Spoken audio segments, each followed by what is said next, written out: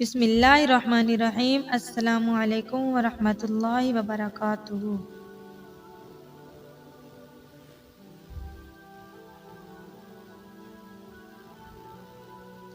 میں اس وقت ناروے کی مشہور شہر برگن میں ایک ہولڈ ہوم میں مقیم ہوں۔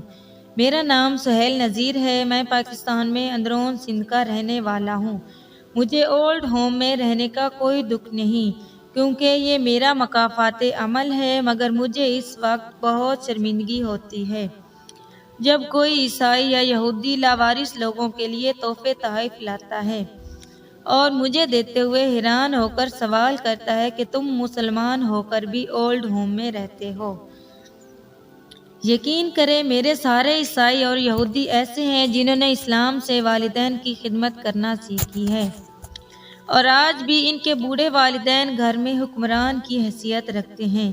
میری کہانی کچھ یوں ہے کہ میری والدہ صاحبہ پر بد کردار ہونے کا الزام لگا تھا، گو کہ انہوں نے قرآن پر ہاتھ رکھ کر اس الزام کی تردید کی تھی، مگر جو بات زمانے میں پھیل جائے وہ کہاں سنبھلتی ہے۔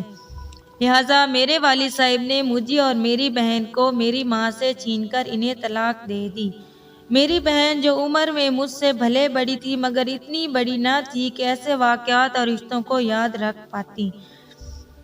میرے والد صاحب نے میری ماں کو طلاق دینے کے بعد مجھے اور میری بہن کو ساتھ لیا اور کراچی شفٹ ہو گئے۔ وہاں انہوں نے دوسری شادی کر لی۔ میری سوتیلی ماں نے سوائے قتل کے اور کوئی ایسا ستم نہیں جو ہم پر نہ کیا ہو۔ میری سوتیلی ماں ہمیں چمڑے کے بیلٹ سے پیٹتی تھی۔ ہماری چیخو پکار پوری عمارت میں گونجتی تھی۔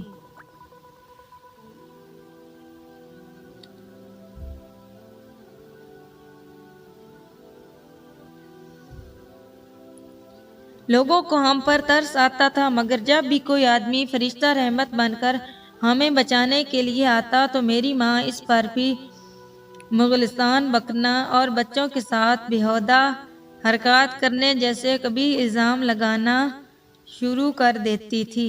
اس وجہ سے اب لوگ ہمیں سوتیلی ماں کے ظلم سے بچانے بھی نہ آتے تھے۔ لوگ کہتے ہیں نا کہ بڑی بہن بھی ماں بجا ہوتی ہے۔ یقین کریں ٹھیک کہتے ہیں، کیونکہ مجھے نہیں یاد کتنی بار میری بڑی بہن نے مجھے بچانے کی خاطر چمڑے کے بیلٹ سے اپنی چمڑی ادھیڑوائی ہے۔ میری بہن کئی بار اس چمڑے کے بیلٹ سے پٹتے ہوئے بے ہوش ہو جاتی تھی، مگر جب ہوش میں آتی تھی تو مجھ سے میرا احوال پوچھتی تھی۔ جب میری بہن کو پتہ چلتا اس کے بے ہوش ہونے کے بعد مجھ پر بھی تشدد کیا گیا ہے تو وہ اپنی تکلیف بھول کر میرے زخموں پر مرہم رکھنے لگتی تھی۔ اسی اذیت کو سہتے سہتے ہم جوان ہوئے۔ میں نے 12 سال کی عمر میں سموسے بیچنے والے شروع کیے، پھر فروٹ کی ریہڑی لگائی اور پھر بچوں کے گارمنٹس کی ریہڑی لگا لی۔ ہماری سوتیلی ماں سے میرے والد صاحب کی کوئی اولاد نہ تھی۔ میری سوتیلی ماں نے صرف اس لیے میری بہن کی شادی نہیں کی کہ اگر میری بہن بیاہ کر پیا گھر چلی گئی تو گھر کے کام کون کرے گا۔ بس گھر کے کاموں کے لالچ میں میرے سگے باپ نے میری سوتیلی ماں کی باتوں میں آ کر میری بہن کو کنواری حالت میں 30 کی عمر کو پہنچا دیا۔ پھر ایک دن ٹریفک حادثے میں میرے والد صاحب اور سوتیلی ماں انتقال کر گئے۔ ان کے سوگ سے نکلتے ہی میں نے بہن کی رضامندی کے بنا پسند کی شادی کر لی۔ میں نے بچوں کے گارمنٹس ریہڑی پر بیچنا شروع کیے، مگر اللہ تعالیٰ نے برکت دی اور میں نے اپنے کپڑے کی دکان بنا لی۔ پسند کی شادی کرنا میری سب سے بڑی غلطی تھی۔ اس غلطی کا خمیازہ میں آج بھی بھگت رہا ہوں۔ میری بیوی کو میری بہن کا ہمارے ساتھ رہنا پسند نہ تھا۔ شروع میں نے اس نے دبے لفظوں میں تحفظات کا اظہار کیا، پھر وہ مجھے کھل کر بہن کو کسی فلاحی ادارے میں چھوڑنے کا کہنے لگی، مگر میں نے اس کی بات نہ مانی۔ اسی دوران میری ایک بیٹی پیدا ہوئی اور بیٹی کے 4 سال تک میرے گھر کوئی اولاد نہ ہوئی۔ ڈاکٹرز کی رپورٹ کے مطابق ہم دونوں میاں بیوی بالکل ٹھیک تھے۔ دونوں طرف میری بہن اور بیوی کے درمیان حالات کشیدہ ہوتے گئے۔ بات لڑائی جھگڑے تک پہنچ گئی۔ میں شدید ترین ڈپریشن کا شکار رہنے لگا۔ کاروبار مسلسل خسارے میں جاتا گیا۔ میری بیوی ان سب کی چیزوں کی وجوہات میری بہن کو قرار دیتی رہی، جبکہ میری بہن اپنی صفائی میں کچھ نہ کہتی۔ میرے ہر سوال کا جواب فقط خاموشی سے ہوتا۔ جب ہم میڈیکل کے علاج سے نا امید ہو گئے تو میں بیوی کے کہنے پر ایک مشہور عامل بنگالی بابا کے پاس جا پہنچا، جہاں اس نے اولاد نہ ہونے کی وجہ جادو قرار دیا۔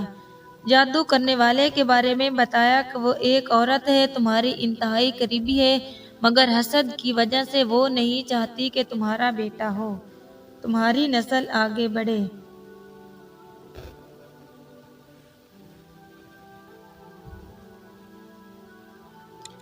کیونکہ اس عورت کی نسل آگے نہیں بڑھ سکتی۔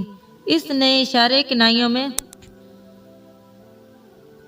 میری بہن کو مجرم قرار دیا، تو میں عامل بابا پر بہن کو مجرم بابا پر بھڑک کر وہاں سے اٹھ آیا، مگر میری بیوی سارے راستے میں مجھے میری بہن کے خلاف کرتی آئی، یہاں تک کہ میرے دل کے کسی کونے میں بھی اپنی بہن کے خلاف شکوک و شبہات پیدا ہو گئے، اور ان شبہات بلکہ غلط فہمیوں کی وجہ سے میں بھی اپنی بہن سے کٹ کر رہنے لگا۔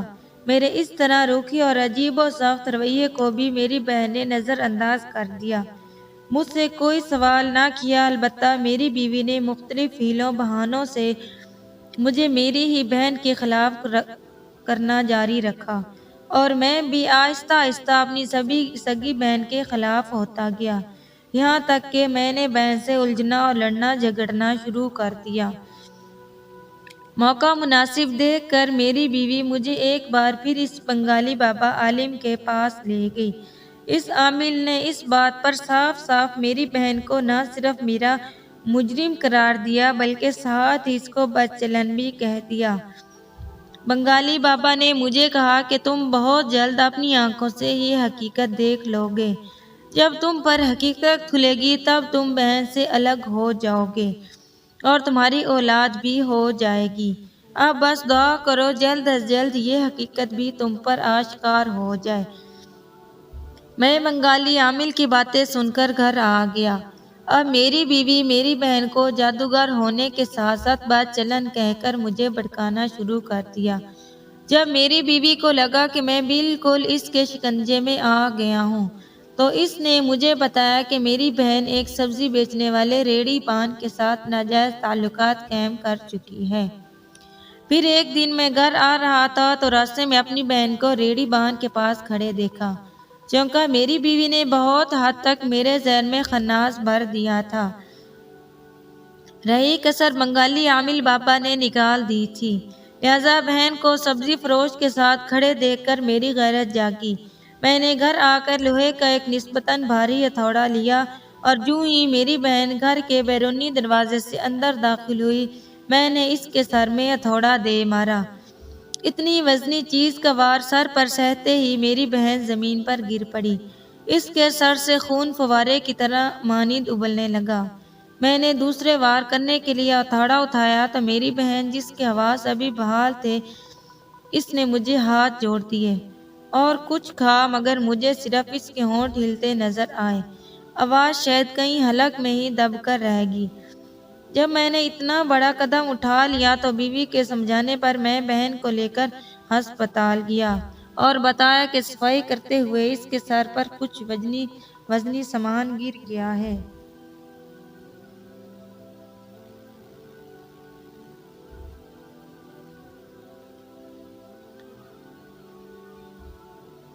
ڈاکٹروں نے بہت کوشش کی، مگر وار سخت ہونے کی وجہ سے خون زیادہ بہہ جانے کی وجہ سے میری بہن کی زندگی نہ بچا سکے۔ میری بہن کے موت کے کچھ عرصہ ہی بعد میری بیوی امید سے ہو گئی۔ میرا کاروبار بھی سنبھل گیا۔ میں نے ناروے کے لیے ویزا اپلائی کیا، میرا ویزا بھی نکل آیا۔ اللہ تعالیٰ نے مجھے بیٹے جیسی نعمت سے نوازا اور میں فیملی کے ساتھ ناروے شفٹ ہو گیا۔ میں نے پہلی بار ایشین گارمنٹ کا بزنس شروع کیا اور بے پناہ اور بے پناہ کمایا۔ اپنی ترقی دیکھ کر کہیں نہ کہیں مجھے لگتا کہ میری بہن واقعی میرے لیے منحوس تھی۔ اب میں بچپن میں پڑنے والی مار کا ذمہ دار بھی اپنی بہن کو سمجھنے لگا۔ یوں ہی وقت گزرتا گیا، ہماری اولاد جوان ہوتی گئی۔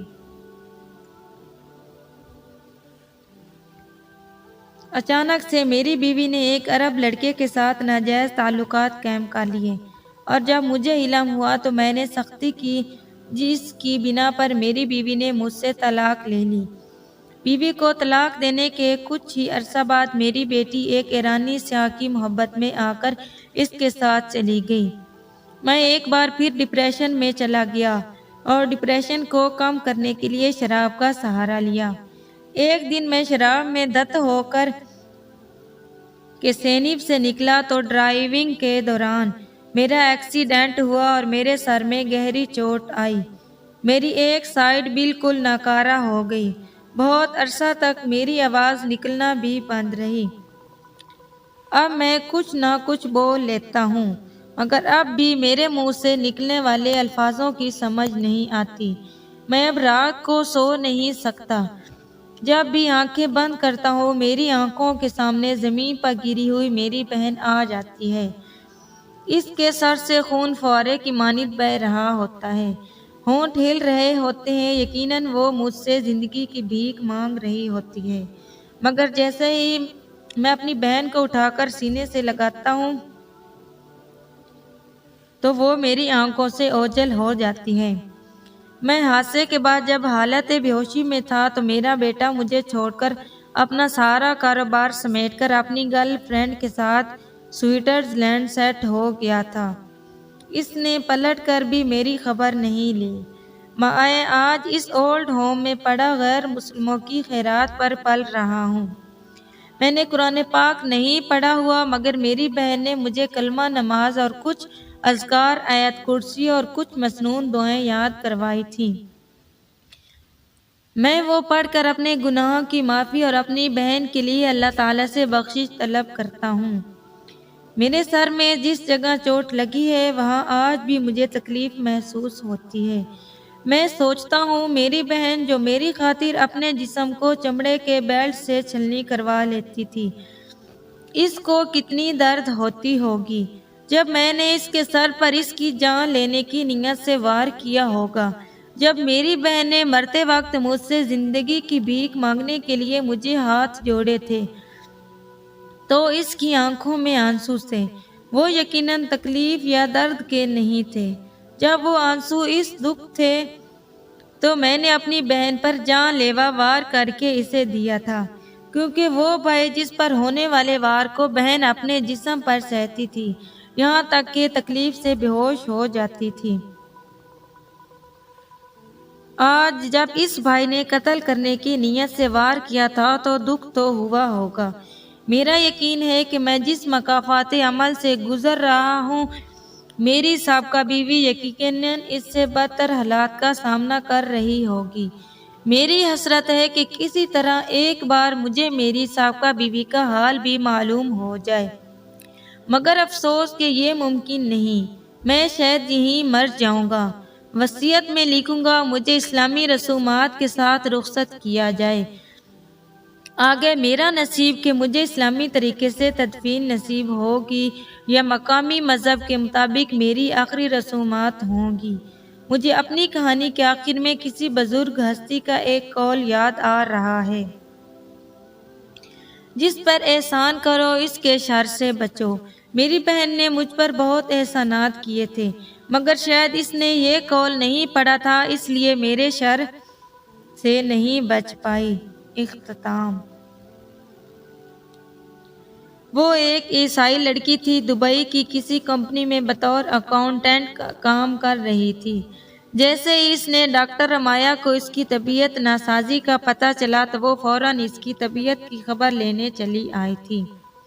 یہاں انہوں نے نہ صرف اس لڑکی کا بہترین علاج کیا بلکہ اس کے صحت یاب ہونے تک وہیں قیام کیا۔ میں نے ڈاکٹر رمایا ہور سے اس لڑکی کے ساتھ رشتے کے متعلق پوچھا تو انہوں نے فقط انسانیت کا رشتہ بتایا۔ آپ بھی سنیے ڈاکٹر صاحبہ کی کہانی انہی کی زبانی۔ میرا نام ڈاکٹر رمایا حور ہے۔ میرا تعلق پاکستان میں جنوبی پنجاب سے ہے۔ میں دبئی کے مشہور ہسپتال میں اپنے فرائض منصبی سر انجام دے رہی ہوں۔ آج میں ڈیوٹی پر موجود تھی کہ مجھے پتہ چلا مناہل کی صحت خراب ہے، تو میں نے ہسپتال میں ایمرجنسی چھٹی لی اور مناہل کی رہائش گاہ پہنچی۔ مناہل مذہباً عیسائی لڑکی تھی اور مناہل کی خاطر میرا چھٹی لینا میرے ساتھی پاکستانی کولیگز کو حیران کر گیا۔ مناہل کے صحت یاب ہونے تک میں نے وہیں قیام کیا اور اس کی تیمارداری میں مصروف رہی۔ وہیں سے ڈیوٹی پر آتی اور پھر واپس اسی کی رہائش گاہ پر چلی جاتی۔ میرے تمام تر کولیگز کو میرے اور مناہل کے عشرے اور تعلق کے بارے میں جاننے کا تجسس تھا۔ انہی کو بتانے کے ساتھ ساتھ سوچا باقی لوگوں کو بھی بتا دوں، شاید کوئی انسان سمجھ جائے کہ مذہب انسان سے بالا تر نہیں ہوتا، بلکہ مذہب خاص کر اسلام ہی ہے انسانیت کی فلاح و بہبود کے لیے۔ مناہل مسیح سے میرا کوئی خونی رشتہ نہیں، ہم دونوں میں ایک ہی گاؤں کی رہنے والی ہیں۔ میں بچپن سے یتیم ہو گئی تھی۔ میری ماں جو کہ فقط 26 سال کی تھی، میں ان کی اکلوتی اولاد تھی۔ میری ماں کو میرے ددیال والوں نے گھر سے نکال دیا۔ کچھ عرصہ ماموں نے ہمیں رکھا، مگر جب ماموں کی شادی ہو گئی تو انہوں نے بھی نگاہیں پھیر لیں اور مجھے میری ماں سمیت گھر سے نکال دیا۔ جب ددیال اور ننیال کے در سے ٹھکرائے گئے تو ہم دونوں ماں بیٹیوں کے پاس رہنے کا کوئی ٹھکانہ نہ تھا۔ میری ماں نماز عشاء کے بعد مجھے لے کر مسجد کے بیرونی دروازے سے ٹیک لگائے بیٹھی تھی۔ جاڑے کی سخت سردی کے موسم میں ہر طرف ہوگ کا عالم چھایا تھا۔ تب مناہل کی ماں کسی کے گھر سے کام کر کے واپس آ رہی تھی۔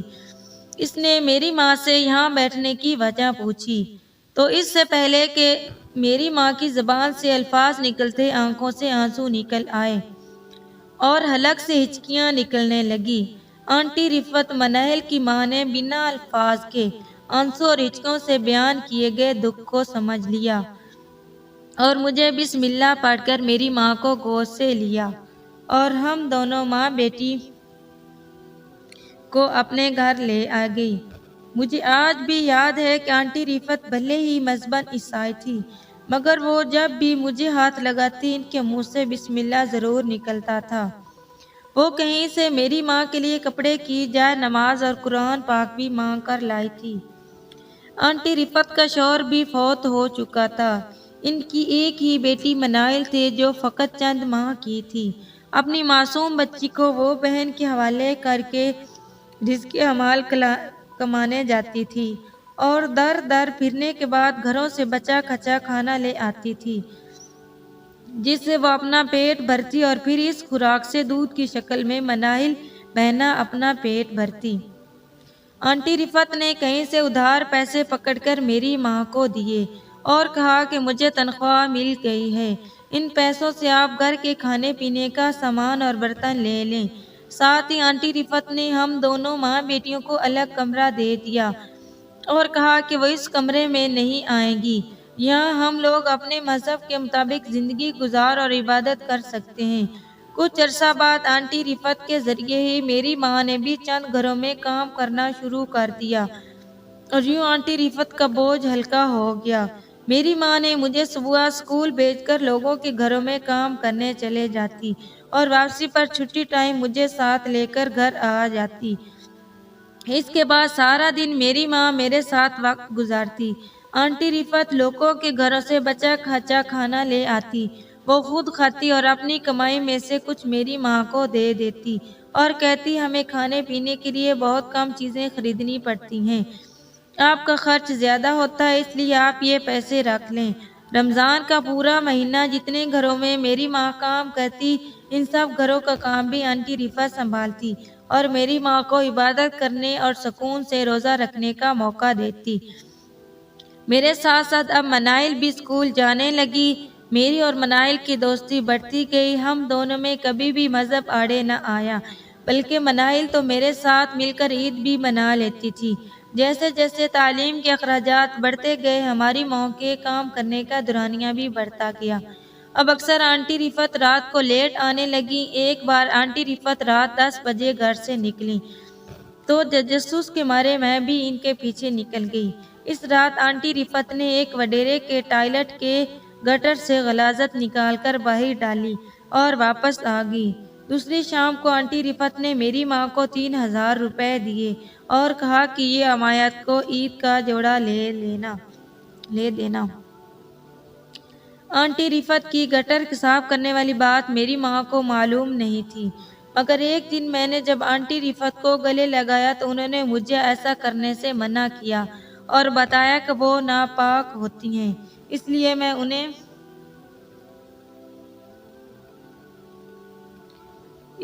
انہیں گلے نہ لگاؤں، کیونکہ مجھے اور میری ماں کو نماز پڑھنی ہوتی ہے۔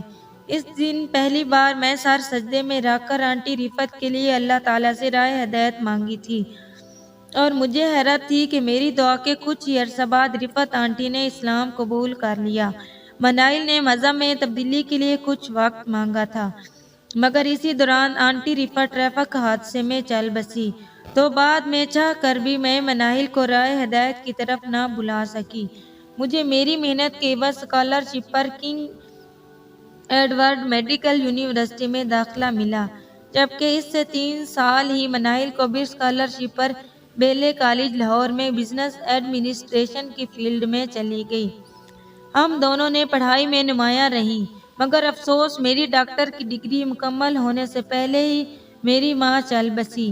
میری ماں کی موت کے بعد منائل نے مجھے گلے لگا کر تسلی دی تھی، گو کہ میری ماں کی موت پر میرے ددیال اور ننیال سب شامل تھے، مگر مجھے منائل کے کندھے سے لگ کر جتنا سکون ملا تھا اتنا کسی اور سے لگ کر نہیں۔ میری ماں کی موت کے بعد مجھے ننیال اور ددیال دونوں رشتہ داروں نے اپنے گھروں میں لے جانے کی خواہش کا اظہار کیا۔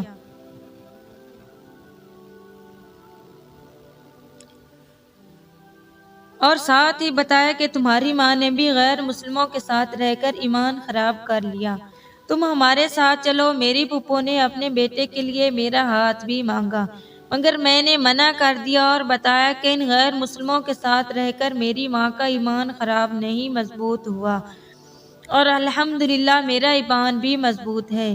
میں ڈگری مکمل کرنے کے بعد ہی دبئی کے ہاسپٹل کے لیے سلیکٹ ہو گئی، اور منائل کی تعلیم مکمل ہوتے ہی اسے بھی یہاں بلا لیا۔ آج ہم دونوں یہاں عزت سے رہ رہی ہیں۔ میں یہاں کے مقامی لڑکے سے شادی کر چکی ہوں، اور آج مجھے منائل کی بیماری کا پتہ چلا تو مجھے میری ماں کا حکم یاد آ گیا۔ میری ماں نے مرتے وقت کہا تھا، بیٹا اگر تم قبر میں بھی ہوئی تو تم پر تمہارا اختیار ہوا تو منائل کو جہاں تمہاری ضرورت ہوئی منائل کے پکارنے سے پہلے پہنچنا۔ میری ماں نے مجھے کہا تھا کہ جتنا ہو سکے انسانیت کو مذہب میں لانا، انسانیت میں مذہب کو مت لانا، اور ہمارا اسلام تو ہمیں درس ہی انسانیت کا دیتا ہے۔ اس لیے آج جیسے ہی مجھے منائل کا پتہ چلا میں فوراً اس کے پاس پہنچی، اس کی تیمارداری کی، یہاں تک کہ وہ صحت یاب ہو گئی۔ آج منائل نے میری قبول اسلام کی دی گئی دعوت بھی قبول کر لی، اور اپنی ماں کی موت کے بعد پہلی بار منائل روئی ہے، اتنا روئی کہ اس کی ہچکیاں بند گئی تھی، مگر اب وہ سنبھل چکی ہے۔